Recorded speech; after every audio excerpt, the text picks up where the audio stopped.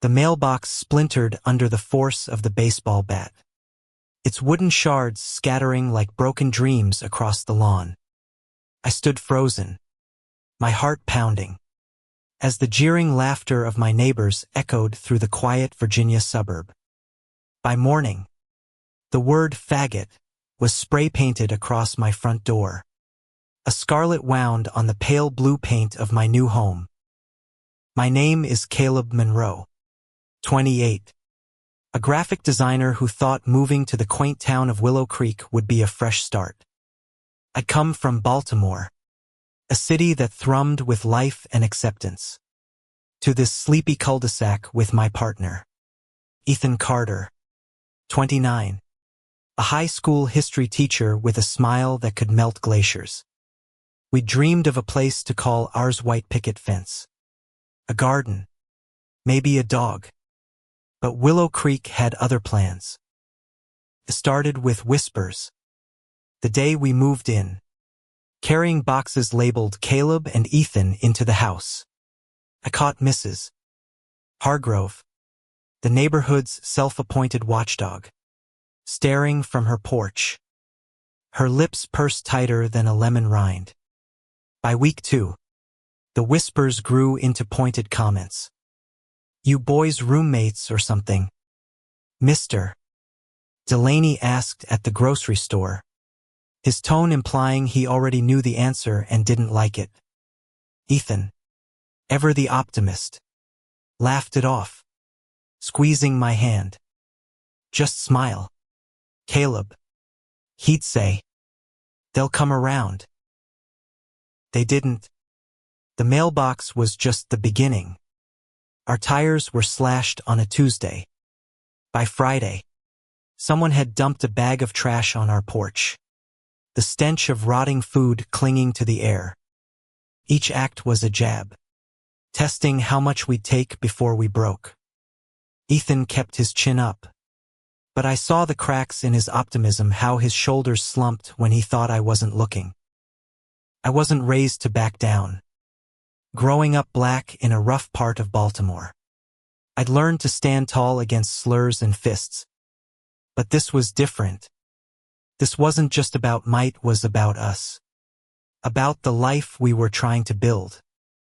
I wanted to fight back, but Ethan urged caution.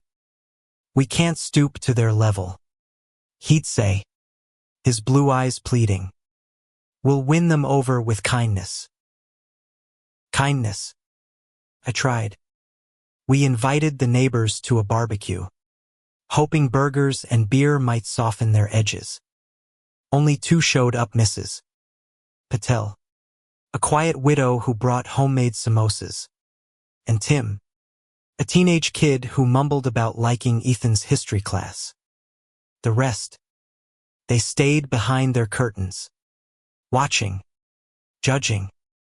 That night, someone egged our windows. By month 3, the tension was a noose. I'd wake up at 2 a.m., checking the locks. My stomach knotted with dread. Ethan started coming home later, claiming extra grading, but I knew he was avoiding the walk past Mrs. Hargrove's house. We were unraveling, and I hated it. I hated them. Most of all, I hated how their cruelty made me question the man I loved.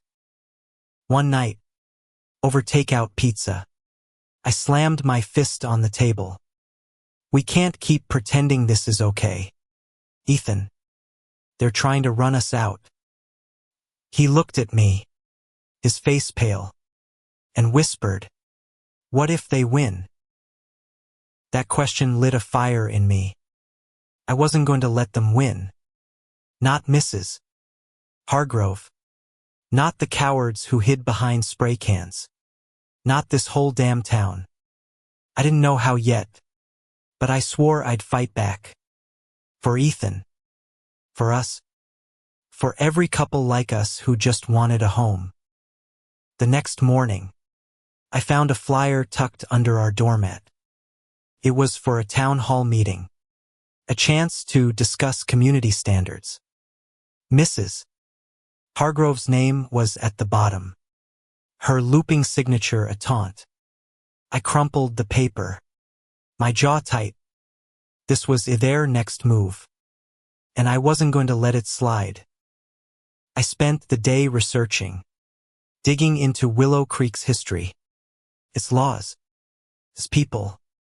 Ethan thought I was obsessing, but I saw it as arming myself.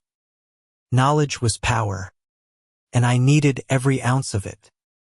By evening, I had a plan not just to survive the meeting, but to turn it into a battlefield. I'd make them see us, really see us, and I'd make them choke on their own hate. As the sun set, Ethan sat beside me on the couch, his hand finding mine. "Whatever you're planning," he said softly, "I'm with you." His voice trembled, but his grip was firm. For the first time in weeks, I felt like we were a team again. Tomorrow, we'd face Willow Creek together, and we'd fight. The town hall was a squat brick building, its fluorescent lights buzzing like a swarm of angry bees. Ethan and I walked in, heads high, but the air felt thick with judgment. Rows of folding chairs were filled with familiar faces. Mrs. Hargrove in her pearl necklace, Mr. Delaney with his arms crossed, and a dozen others who'd never bothered to learn our names. Mrs. Hargrove stood at the podium, her voice sharp as she outlined her concerns about maintaining community values. It was code, and everyone knew it. She wanted us gone. I felt Ethan tense beside me, his fingers brushing mine under the table. I squeezed back. A silent promise, "We've got this." When she opened the floor for comments, I stood. My heart thundered, but my voice was steady. "My name is Caleb Monroe, and I'm a resident of Willow Creek. Ethan Carter, my partner, is too. We bought a home here because we believed in this community. But instead of welcome, we've gotten vandalism, slurs, and hate." The room went silent, then erupted. Some shouted denials. Others muttered agreement. Mrs. Hargrove's face reddened, but I kept going. "We're not here to change your values. We're here to live ours: love, respect, community. If that threatens you, maybe your values need a second look." Ethan stood next, his voice softer but no less fierce. "I teach your kids history. I tell them about people who fought for what's right, even when it was hard. This is our fight. We're not leaving." The meeting spiraled into chaos. Some clapped, others booed. Tim, the teenager from Ethan's class, stood and shouted, "They're good people. Leave them alone." Mrs.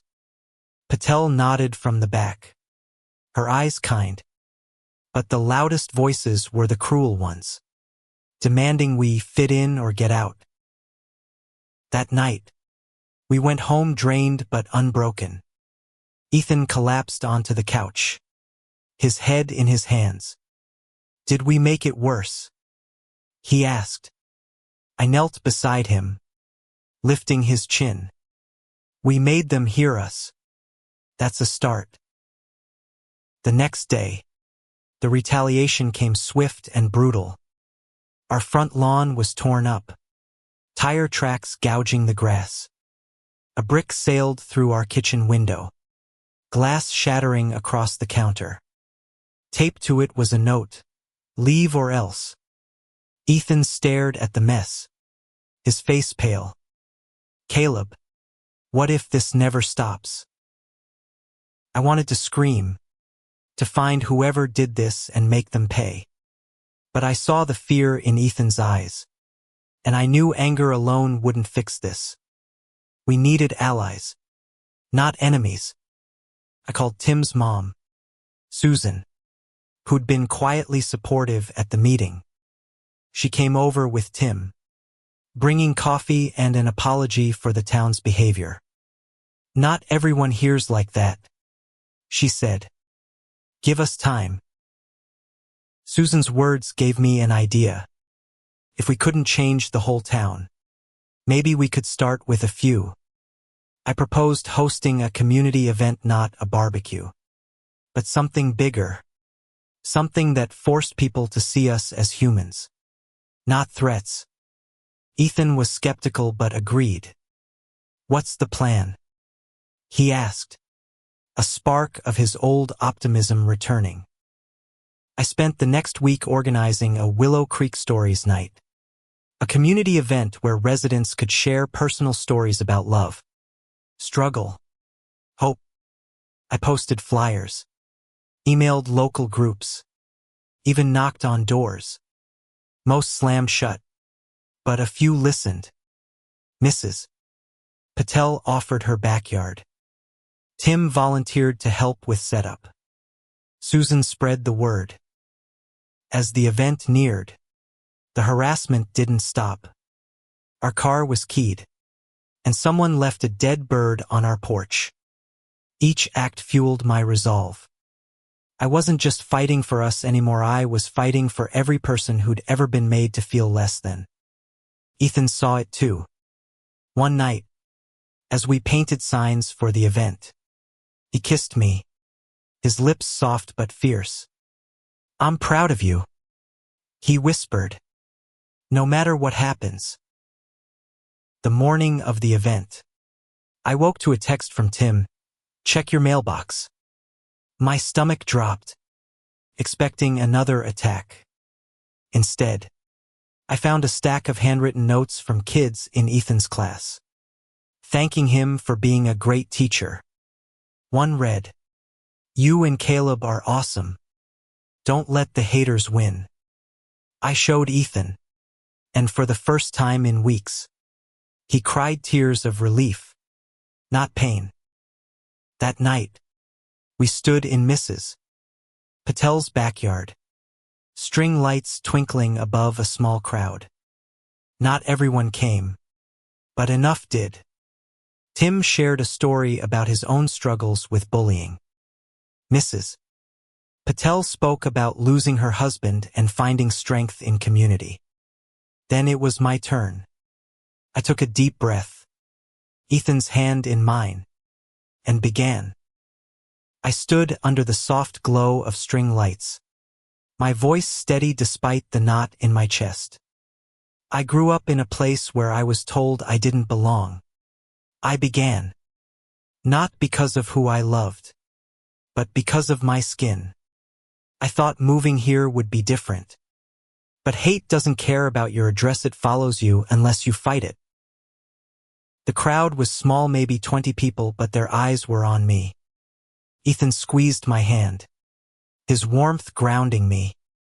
I told them about the vandalism, the slurs, the fear that had become our daily life. I didn't accuse. I shared. "All we want is a home," I said. "A place to love each other without looking over our shoulders. Isn't that what everyone here wants?" Ethan spoke next, his voice soft but clear. "History teaches us that change starts with courage. We're here, standing up, because we believe in this town. We believe in you." A few heads nodded. Susan, Tim, Mrs. Patel. Others looked away, uncomfortable but listening. The night wasn't perfect. Some left early, their faces hard, but others stayed, sharing their own stories of divorce, loss, feeling like outsiders. For the first time, Willow Creek felt less like a battlefield and more like a community. As we cleaned up, Mrs. Patel hugged us both. "You're brave," she said. "And you're not alone." The next week was quieter. No vandalism, No slurs. But I wasn't naive enough to think we'd won. Mrs. Hargrove hadn't shown up to the event, and her silence felt like a storm brewing. I was right. On Friday, a petition circulated, calling for stricter community guidelines to protect family values. Her name was at the top, with 50 signatures. Ethan read it and sighed.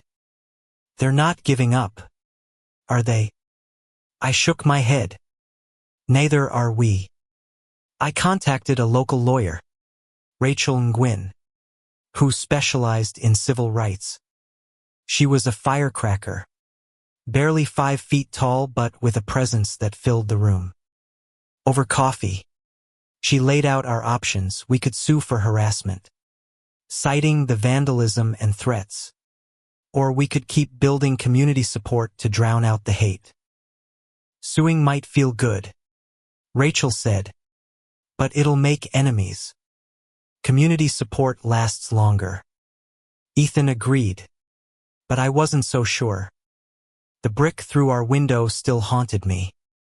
I wanted justice, not just peace. We compromised. Rachel helped us file a formal complaint with the town, documenting every incident. Meanwhile, we planned another event, a movie night in the park, featuring a documentary about the fight for marriage equality. We invited everyone, even Mrs. Hargrove. To my shock, she RSVP'd yes. The night of the movie, the park was packed. Kids ran around with glow sticks, and families spread blankets on the grass. Mrs. Hargrove sat in the back, her face unreadable, as the documentary played, showing couples like us fighting for their rights. I saw people lean in, some wiping tears. Ethan rested his head on my shoulder, and for a moment, I forgot the hate. Afterward, a few neighbors approached us, apologizing for staying silent. One, Mr. Torres, a quiet mechanic, shook my hand. I didn't get it before, he said. But you're just people. I'm sorry. It wasn't everything, but it was something. Then Mrs. Hargrove stood up. The crowd hushed. I came to see what all the fuss was about, she said. Her voice clipped. I still believe in traditional values, but I don't believe in violence. Whoever's been vandalizing your home, it's not me. She sat down, and the air shifted. It wasn't an apology, but it was a crack in her armor. That night, Ethan and I lay in bed, talking until dawn. Do you think she's telling the truth? He asked. I shrugged. Doesn't matter. She's scared enough to distance herself. That's progress. But progress was fragile. 2 days later, we found a new message scrawled on our garage. You don't belong. My blood boiled, but Ethan grabbed my arm. Caleb, we're close. Don't let them pull you back. He was right, but the fight was wearing me down. I needed to win something big enough to tip the scales. Rachel had an idea, a public art project. Let's paint a mural, she said. Something that screams love and inclusion. Get the whole town involved. It was bold, maybe crazy, but I loved it. Ethan grinned, his old spark back. Let's do it, he said. Let's show them who we are. We got to work, rallying Tim, Susan, Mrs. Patel, and even Mr. Torres. The mural would go on the community center wall, a symbol of Willow Creek's heart if it still had one. The community center wall was a blank canvas. 20 feet wide and gray as a storm cloud. We had permits, paint, and a small but determined crew, Tim with his boundless energy, Susan with her organizational skills, Mrs. Patel with her quiet wisdom, and Mr. Torres, who brought his ladder and a surprising knack for sketching. Ethan and I designed the Murala vibrant collage of faces, hands, and hearts, interwoven with words like love, home, and together. It was our story, but it was also Willow Creek's, if they'd claim it. The first day of painting, a crowd gathered. Some cheered, others scoffed. Mrs. Hargrove stood across the street, arms crossed, watching like a hawk. I ignored her, focusing on the brush in my hand, the red paint bleeding into yellow. Ethan worked beside me, his laughter breaking through the tension when Tim accidentally splattered blue on his shirt. For a few hours, felt like we were winning. Then the sabotage started. Someone poured turpentine on our paint cans overnight, ruining half our supplies. The next day, a group of teens, none I recognized, threw water balloons filled with black ink at the mural. The splatters marred the faces we'd spent hours perfecting. Tim was furious, ready to chase them down, but Susan held him back. "They want a reaction," she said. "Don't give it to them." Ethan and I stayed up late, scrubbing the ink off with mineral spirits. My hands ached, but my heart hurt more. "Why is it so hard?" I muttered. Ethan, wiping sweat from his brow, looked at me. "Because it matters. If it was easy, it wouldn't mean anything." His words kept me going. We replaced the paint, doubled our efforts.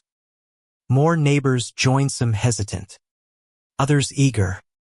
A young girl, maybe 10, shyly handed me a drawing of 2 stick figures holding hands. "It's you and Mr.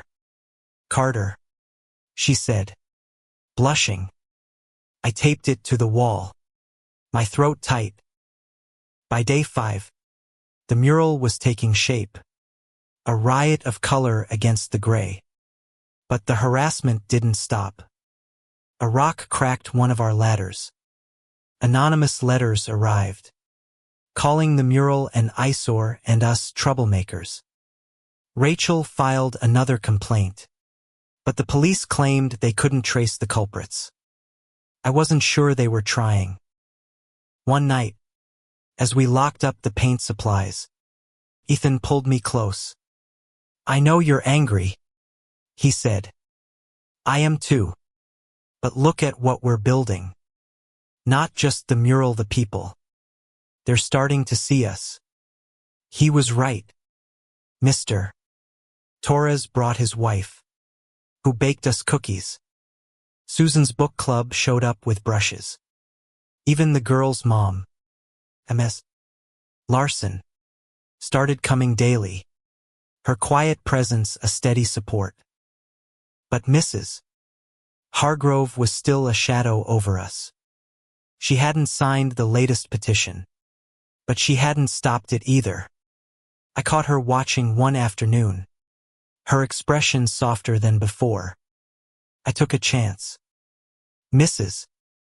Hargrove," I called, crossing the street. "Want to paint with us?" She stiffened, then shook her head. "I don't approve of your lifestyle, Caleb. But I don't condone this vandalism either." It wasn't much, but it was a start.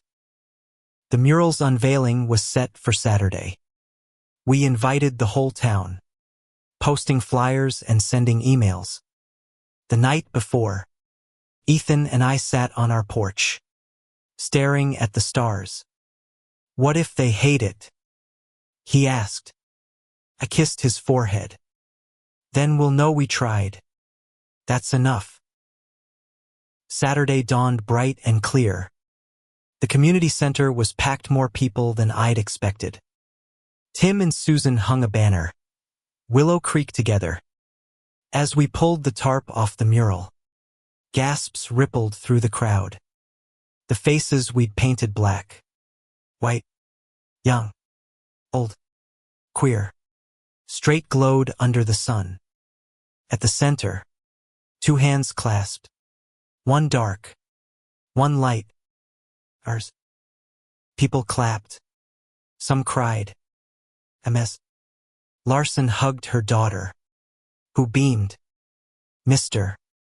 Torres shook Ethan's hand, his wife wiping tears.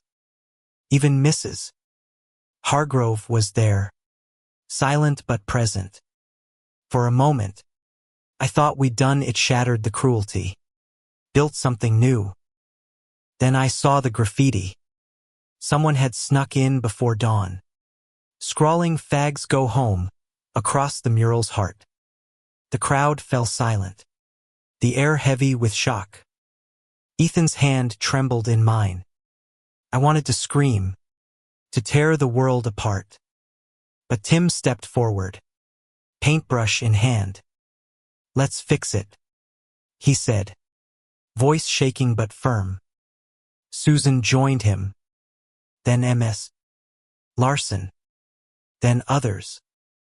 We painted over the hate, stroke by stroke, until the mural shone again. Mrs. Hargrove watched, her face unreadable. As the crowd dispersed, she approached. "I didn't do this," she said quietly.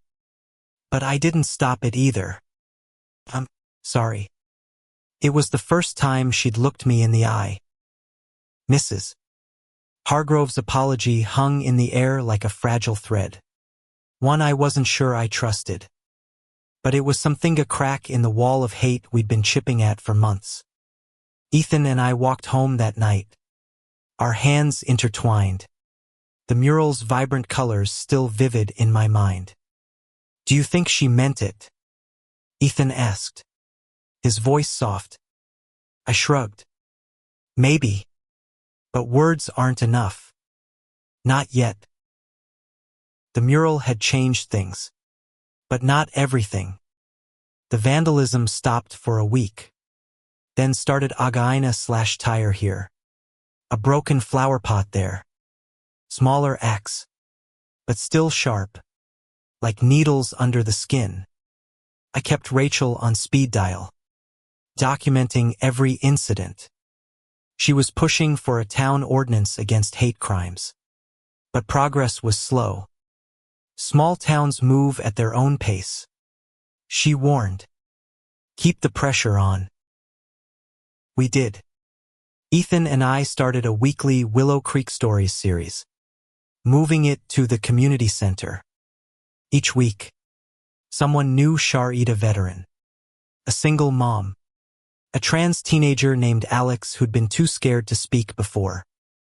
The stories humanized us all, weaving a thread of empathy through the town. Attendance grew, and so did our allies. Ms. Larson brought her book club. Mr. Torres's wife, Elena, started a baking group to fundraise for the center. Even Tim's mom, Susan, launched a petition supporting Rachel's ordinance. But the opposition didn't vanish. A group calling themselves Willow Creek Values emerged, led by a man named Paul Whitaker, a local contractor with a booming voice and a Bible in hand. They held counter-meetings, preaching about traditional families. Their flyers quoted scripture, twisting it like a knife. At one of our story nights, Paul showed up, heckling Alex until Tim shut him down. "This isn't your town anymore," Tim shouted, his teenage bravado masking fear. Paul smirked and left, but his presence lingered like a storm cloud. Ethan was shaken. "What if they escalate?" he asked that night, his voice barely above a whisper. I pulled him close, my anger simmering. Then we escalate too. We're not alone anymore. And we weren't. The next day, Alex's mom called, thanking us for giving her kid a safe space. Ms. Larson offered to host a pride event. Even Mrs. Hargrove stopped by the community center, dropping off a tray of brownies without a word. The pride event was a risk, but we took it. Ms. Larson secured the park, and we planned a small festival music. Food. A few rainbow flags. Ethan was nervous, but I saw the fire in his eyes return. If we're doing this, he said, we're doing it loud. We spent weeks preparing, rallying our allies. Tim designed posters. Susan handled logistics. Mrs. Patel cooked enough curry to feed an army. Rachel ensured we had legal protections in place. The day of the event, the park buzzed with energy. Families showed up, some curious, some supportive, some just there for the free food. Alex performed a poem, their voice shaking but strong. Ethan and I danced to a local band, our arms around each other, unapologetic. For the first time in Willow Creek, I felt free. Then Paul Whitaker arrived with his group. Signs in hand, sin has no place here. They stayed on the sidewalk, shouting, but didn't cross into the park. Rachel had warned the police, who kept watch. I tensed, ready for a fight, but Ethan squeezed my hand. Look around, he said. They're loud, but we're louder. He was right. The crowd drowned out the protesters with laughter and music. Kids ran through the grass, waving rainbow flags. Ms. Larson hugged us, tears in her eyes. You're changing this town, she said. Even Mrs. Hargrove was there, standing at the edge, watching. She didn't join, but she didn't leave either. That night, Ethan and I sat on our porch, exhausted but hopeful. We did something big today, he said, his head on my shoulder. I nodded, but my mind was on Paul Whitaker. His group wasn't done, and neither was I. Rachel's ordinance was up for a vote next month, and we needed every ally we could get. The next morning, I found a letter in our mailbox, not hate mail, but a thank you from Alex. You made me feel like I belong. It read. I showed Ethan, and we both smiled. The fight wasn't over, but moments like this made it worth it. We were building a home, not just for us, but for everyone who'd ever felt unwanted. The ordinance vote loomed like a thunderhead, and Willow Creek buzzed with tension. Rachel had drafted a law to protect residents from hate-based harassment, citing our case as evidence. It was simple, no targeting based on race, religion, or orientation. But Paul Whitaker's Willow Creek Values group turned it into a war, claiming it was an attack on free speech. Their flyers flooded mailboxes, twisting our story into a threat. Ethan and I canvassed the town, knocking on doors, sharing our experiences. Some listen, Mr. Torres promised to vote yes, and Ms. Larson rallied her book club. Others, like Mr. Delaney, slammed doors in our faces. Mrs. Hargrove was the wild card.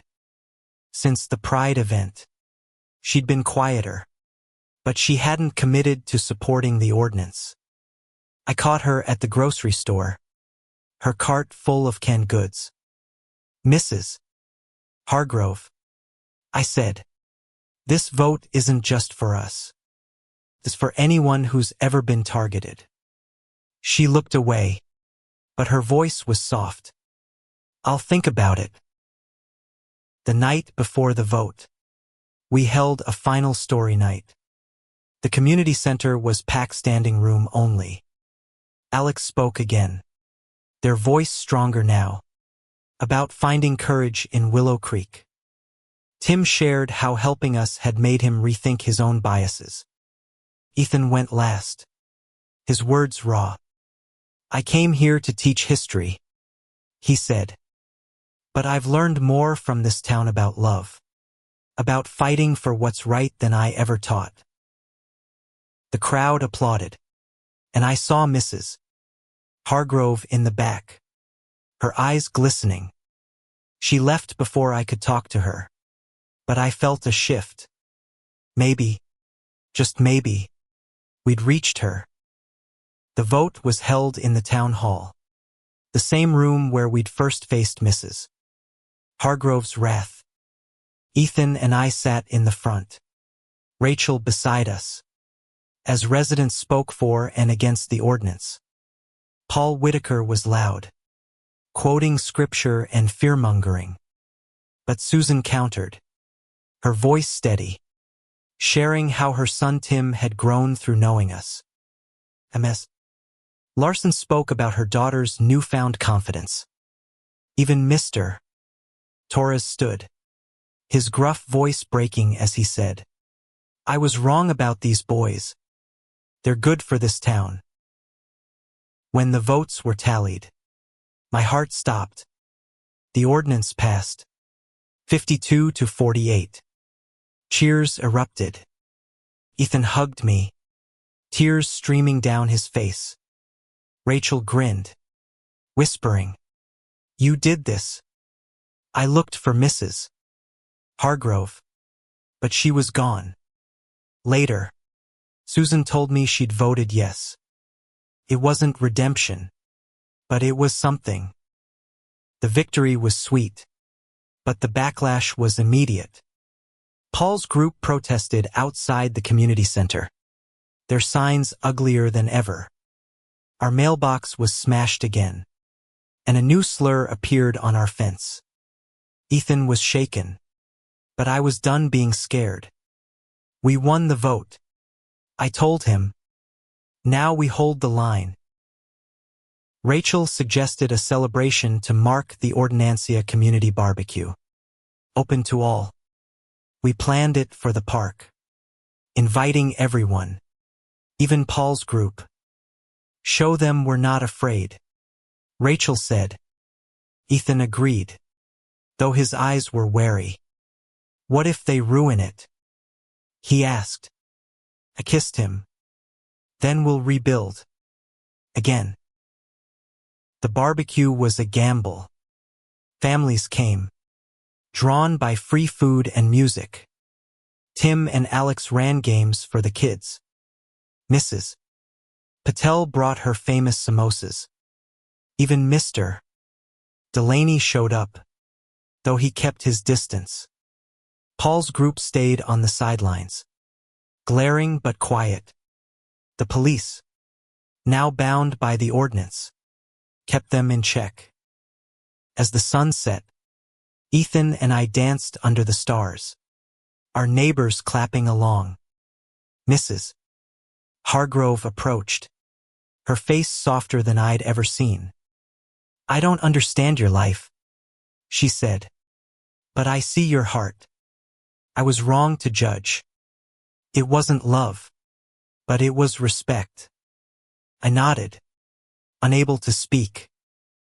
That night, we went home, our hearts full. The fight wasn't over. Paul's group was still out there, and hate didn't vanish with one vote. But we'd carved out a space, a home, in Willow Creek. For the first time, I believed we could stay. The next morning, I found a note slipped under our door. No name, just 3 words. You are enough. I showed Ethan, and we held each other, the weight of the past months lifting. If only a little. We weren't just surviving anymore. We were living. The ordinance was law. But Willow Creek wasn't transformed overnight. Paul Whitaker's group grew quieter. But their resentment simmered. Small acts of defiance persisted, glaring looks. Whispered slurs. A cracked window on our car. Each one stung. But they no longer felt like defeat. We had allies now. A network of neighbors who checked on us. Who called out hate when they saw it. Susan texted daily. Tim stopped by with homework questions. And Ms. Larson invited us to dinner. Even Mrs. Hargrove nodded when we passed her on the street. A small gesture that felt monumental. Ethan threw himself into teaching. His passion reignited. His students, inspired by our fight, started a diversity club at school. Alex led it, their quiet courage blooming. I focused on my graphic design work, creating posters for community events that celebrated inclusion. The mural stood proud, untouched since the unveiling, a beacon in the town's heart. But I wasn't naive. Paul Whitaker hadn't given up. Rachel warned us he was lobbying to repeal the ordinance, claiming it silenced free speech. He'd gained a few new supporters, emboldened by online rhetoric. We countered with action, organizing voter registration drives, hosting more story nights, even starting a mentorship program for kids like Alex. Every step forward felt like planting a flag in hostile territory. One evening, as we painted signs for the mentorship program, Ethan paused, his brush dripping blue. "Do you ever think about leaving?" he asked. The question caught me off guard. I set my brush down, searching his face. "Do you?" He sighed, his eyes distant. "Sometimes, when it feels like we're fighting forever. But then I think about Tim, Alex, the kids, and I can't walk away." I pulled him into my arms. "We're not going anywhere. This is our home." He nodded, but I saw the weight he carried. I vowed to carry it with him, no matter how heavy. The next challenge came unexpectedly. Paul's group filed a lawsuit against the ordinance, claiming it violated their rights. Rachel was furious but prepared. "They're grasping," she said. "The law's solid, but we need to show the town's behind it." We organized a rally, a show of unity. Susan and Ms. Larson spread the word, and Tim recruited his classmates. Mrs. Patel offered her restaurant as a meeting point. The rally was set for a Saturday, and the turnout stunned me. Hundreds filled the park, families, students, even some of Ethan's colleagues. Alex spoke, their voice clear. "This town saved me. Let's keep it safe for everyone." Tim led a chant, "Willow Creek for all." Ethan and I stood hand in hand, my chest tight with pride. Mrs. Hargrove was there, clapping quietly. When our eyes met, she gave a small nod. It wasn't friendship, but it was peace. Paul's group showed up, smaller than expected, their signs dwarfed by our crowd. They shouted, but our voices were louder. The police, now trained under the ordinance, kept things calm. Rachel took the microphone, outlining the law's protections and why it mattered. "This isn't about silencing anyone," she said. "It's about ensuring everyone can live without fear." The lawsuit dragged on, but the rally shifted the tide. The judge, a no-nonsense woman from Richmond, dismissed Paul's case, citing overwhelming community support. Cheers erupted when Rachel called with the news. Ethan and I celebrated with pizza and wine, our laughter echoing through the house. For the first time, it felt like hours. But victory didn't erase the scars. Ethan still checked the locks at night. I still flinched at unfamiliar cars slowing by our house. We were stronger, but not unbroken. One night, as we lay in bed, Ethan whispered, "What's next?" I kissed his forehead. We keep going. For us. For them. The next morning, Tim showed up with a plan, a scholarship fund for kids like Alex, funded by community events. Susan and Ms. Larson were on board, and Mrs. Patel offered to host a fundraiser. Even Mr. Delaney, the gruff grocer, donated. It was small, but it was hopefully a reminder that we weren't just fighting hate, but building something better. As winter approached, Ethan and I started planning a holiday party, inviting the whole town. It was a risk, but we were done hiding. We'd fought for our place in Willow Creek, and we'd earned it. The fight wasn't over, but the love we'd built with each other, with our neighbors, was stronger than the hate we'd faced. The holiday party was our boldest move yet. We transformed our backyard into a winter haven, string lights twinkling, a bonfire crackling, tables laden with food from Mrs. Patel, Susan, and even Elena Torres.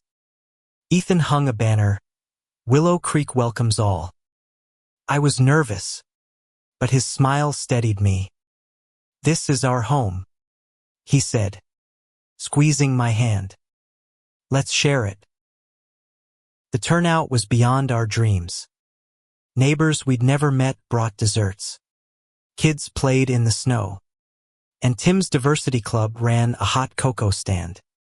Alex read a new poem, their words weaving hope through the crisp air. Ms. Larson danced with her daughter, both laughing. Mr. Torres and Elena swayed to the music, their faces soft with joy. Even Mr. Delaney showed up, grumbling but holding a tray of cookies. Mrs. Hargrove arrived late, her coat buttoned tight against the cold. She stood at the edge, watching. I approached, offering a mug of cocoa. "Glad you came," I said. She took the mug, her fingers brushing mine. "I didn't come for you," she said, but her tone lacked its old bite. "I came for the town." I nodded, letting her words settle. She stayed until the end, talking quietly with Mrs. Patel. It wasn't love, but it was enough. As the night wound down, Ethan and I stood by the bonfire, our arms around each other. The crowd had thinned, but the warmth lingered. Tim ran up, his cheeks red from the cold. "You guys did it," he said, grinning. "You made this place better." I ruffled his hair, my heart full. We all did. The weeks that followed were quiet, but not silent. Paul Whitaker's group faded, their energy sapped by the town's shift. The ordinance held firm, and Rachel was already drafting new protections for renters and workers. The scholarship fund grew, with donations pouring in from unexpected places. Even Mr. Delaney contributed, muttering about keeping kids out of trouble. Ethan and I settled into a new rhythm. We gardened, adopted a Doga Scruffy mutt we named Hope, and hosted weekly dinners for our growing circle of friends. The scars of our fight remained, but they were part of us now. Like the mural's vibrant strokes, we turned pain into purpose, hate into hope.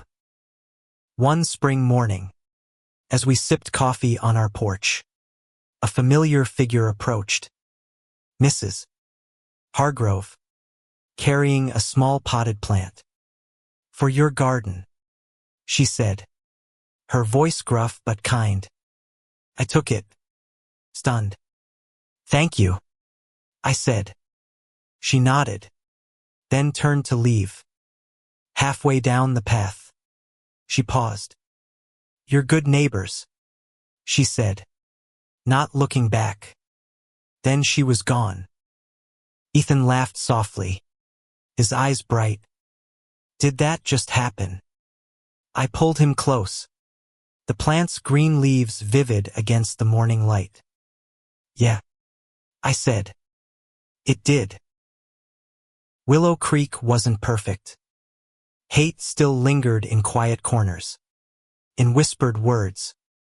But we'd carved out a home, not just for us, but for everyone who'd ever felt unwanted. The mailbox stood unbroken, our fence clean of slurs. The mural shone, a testament to our fight. And every day, Ethan and I woke up to each other, our love stronger than the cruelty we'd faced. As summer bloomed, we planned a second Pride event, bigger than the first.